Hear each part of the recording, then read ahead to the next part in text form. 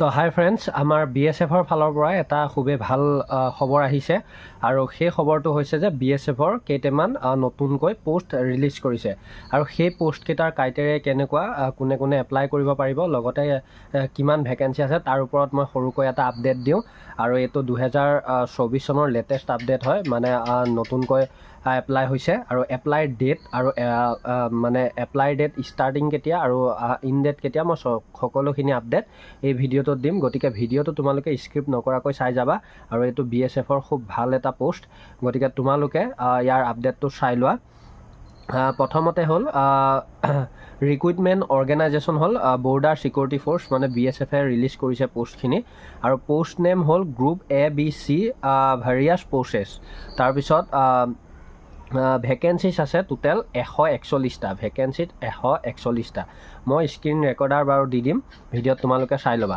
আৰু pay scale celery, মানে যিটো আমাৰ দৰমহাৰ কথা কৈছে, তো দৰমহাৰ কথাটো হ'ল পোষ্টৰ ওপৰত ভিত্তি কৰি পেলাই তেওঁলোকে দৰমহাটো দিব, মানে পোষ্টটো যেনেকুৱা পোষ্ট তাৰ ওপৰত ভিত্তি কৰি পেলাই দৰমহাটো দিব, সকলোৰে সমান নহয়। আৰু জব লোকেশ্যন অল ইণ্ডিয়া, মানে আমাৰ চাকৰি তাত যদি পোৱা অল ইণ্ডিয়াত চাকৰি কৰিবলগীয়া হ'ব পাৰে, মানে গোটেইকেইটা ষ্টেটত। তাৰপিছত কেটেগৰী BSF ৰিক্ৰুইটমেণ্ট 2024, তাৰপিছত অফিচিয়েল ৱেবছাইটৰ ইয়াত দি দিছে। বাকী তোমালোকৰ এপ্লাই ষ্টাৰ্ট হ'ব 18 মে'ৰ 2024, 18 মে'ৰ পৰা এপ্লাই হ'ব আৰু আজি হ'ল 14 তাৰিখ, গতিকে আৰু 3-4 দিনৰ পিছতে আমাৰ এপ্লাই হ'ব। তাৰপিছত এপ্লাই লাষ্ট ডেট 16 জুন, মানে জুন বহুত কেইদিনে দিছে। Apply last date 16 June. আৰু এক্সাম ডেটৰ কথা ইয়াত উল্লেখ কৰা নাই, সেইটো নটিফাই লেটাৰ বুলি দিছে, মানে পিছতকৈ আকৌ নটিফিকেশ্যন দিব কেতিয়া আমাৰ এক্সামটো হ'ব। তাৰপিছত ইয়াত জেনেৰেল OBC EWS ডাব কাটিব লাগিব 100 টকা, মানে দিব লাগিব। আৰু লগতে SC ST ESM ফিমেল 1 টকাও নালাগে আমাৰ অসমৰ পৰা। তাৰপিছত পে'মেণ্ট ষ্টাইল দিব লাগিব, মানে পে'মেণ্ট মোডটো হ'ব অনলাইন ষ্টাইলত, অনলাইনত দিব লাগিব। আৰু লগতে পোষ্ট নেমকেইটা মই অলপ প্ৰকাশ কৰি দিওঁ, তোমালোকক মই স্ক্ৰীণত লগাই দিম, তোমালোকে চায়ো ল'ব পাৰিবা। লগতে অফিচিয়েল ৱেবছাইট মই তলত দি দিম ডিছক্ৰিপশ্যনত, নিজে গৈও চাই ল'ব পাৰিবা। পোষ্ট নেম হ'ল SI ষ্টাফ নাৰ্ছ, মানে নাৰ্ছৰ SI।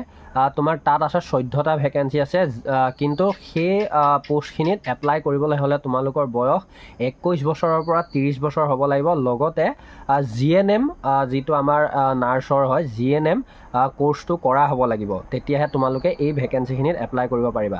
লগতে ASI লেব টেক, মানে 38টা পোষ্ট আছে তাত, মানে লেবৰেটৰী টেকনিচিয়ান ডিপ্ল'মাখন লাগিব আৰু তাতো বয়সৰ সময়সীমা একেই।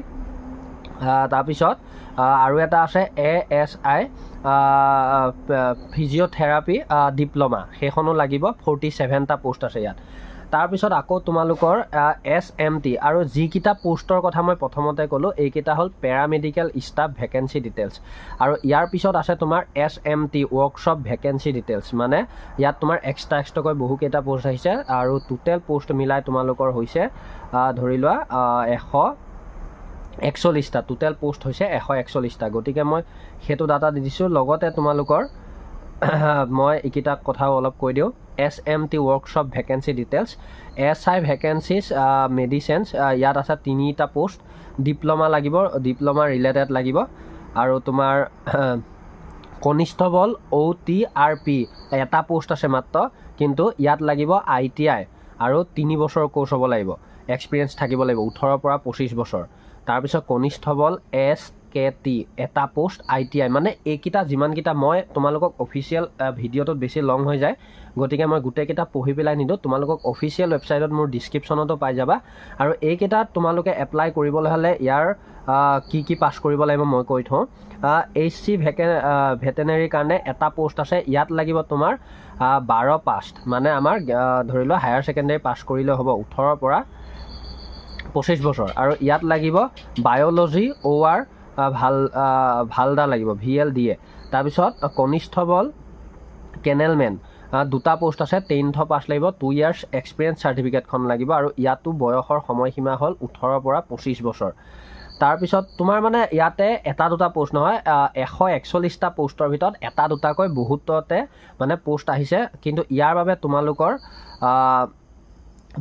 মানে পঢ়া সময়সীমাটো হ'ল ধৰি লোৱা পঢ়া আমাৰ কিমান লাগিব 10th পাছ আৰু হায়াৰ ছেকেণ্ডেৰী পাছ হ'লে আমাৰ গোটেইকেইটাতে লাগিব খালি তোমালোকৰ ধৰি লোৱা ইয়াৰ বাবে ITI প্ৰয়োজন হ'ব আৰু লগতে কিছুমান এক্সপিৰিয়েঞ্চ চাৰ্টিফিকেটৰ প্ৰয়োজন হ'ব বুলি ইয়াত উল্লেখ কৰিছে গতিকে এইকেইটা আমাৰ অসমৰ পৰা বহুতে এপ্লাই কৰিব পাৰিব কাৰণ অসমৰ পৰা ITI কৰা ল'ৰা ছোৱালীও বহুত আছে গতিকে তোমালোকক এটাই কথা কৈছোঁ এইকেইটাত তোমালোকে যিহেতুকৈ 18 তাৰিখৰ পৰা এপ্লাই হ'ব তোমালোকে এপ্লাইটো কৰি ল'বা আৰু লগতে যিসকল OBC জেনেৰেল তেওঁলোকে ডাফটো কাটি ল'বা আৰু এইকেইটা পোষ্টে আছিলে ডিটেইলছ আৰু এইকেইটা BSFৰ পোষ্ট হয় গতিকে পোষ্ট ধুনীয়া আৰু এয়া পোষ্টত চাকৰি পালে দৰমহাও ভাল ইয়াত চেলাৰীৰ কথাটো তেনেকৈ উল্লেখ নাই কৈয়ে দিছে যে পোষ্ট ভাইজ চেলাৰী দিব গতিকে ইয়াত ভাল চেলাৰীয়ে দিব ইমান চিন্তা কৰিব নালাগে এইটো এটা আছিলে মোৰ জব এণ্ড ডিফেন্সৰ ফালৰ পৰা সৰুকৈ আপডেট তোমালোকক মই স্ক্ৰীন ৰেকৰ্ডাৰো লগাই দিম লগতে ইয়াত অফিচিয়েল ৱেবছাইটৰ লিংকো দিম গতিকে আজিলৈ ইমানেই আছিলে ধন্যবাদ জয় আই অসম